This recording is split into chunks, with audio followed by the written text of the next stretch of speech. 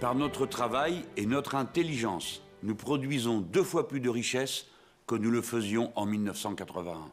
Et pourtant, on ne peut plus aller nulle part dans le pays sans voir des gens dormir sur le trottoir ou dans leur voiture. Il y a 8 millions de pauvres, dont 3 millions de travailleurs. Comment vivre dignement quand on doit se demander si on va payer le loyer ou se soigner, si l'on va nourrir les enfants ou régler la facture d'électricité? Voyons aussi ces femmes, ces hommes obligés de travailler le dimanche ou en horaire discontinu. Comment s'occuper alors des enfants et profiter avec eux d'un peu de bonheur simple?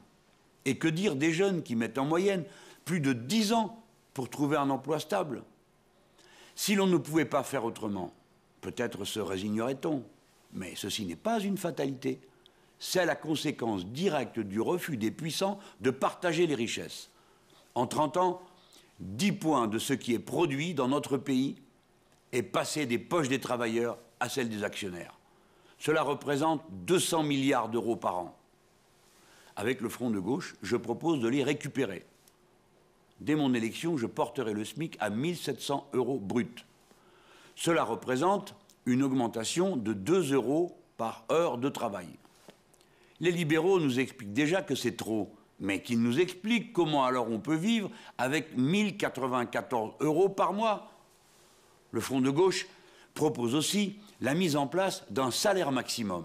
Dans chaque entreprise, le salaire le plus haut ne pourra pas dépasser 20 fois le salaire le plus bas. Cela laisse encore de la marge. Mais pour s'augmenter, le dirigeant devra aussi augmenter celui qui est en bas de l'échelle. Nous voulons enfin créer un revenu maximum autorisé dans le pays. Pas plus de 360 000 € par personne.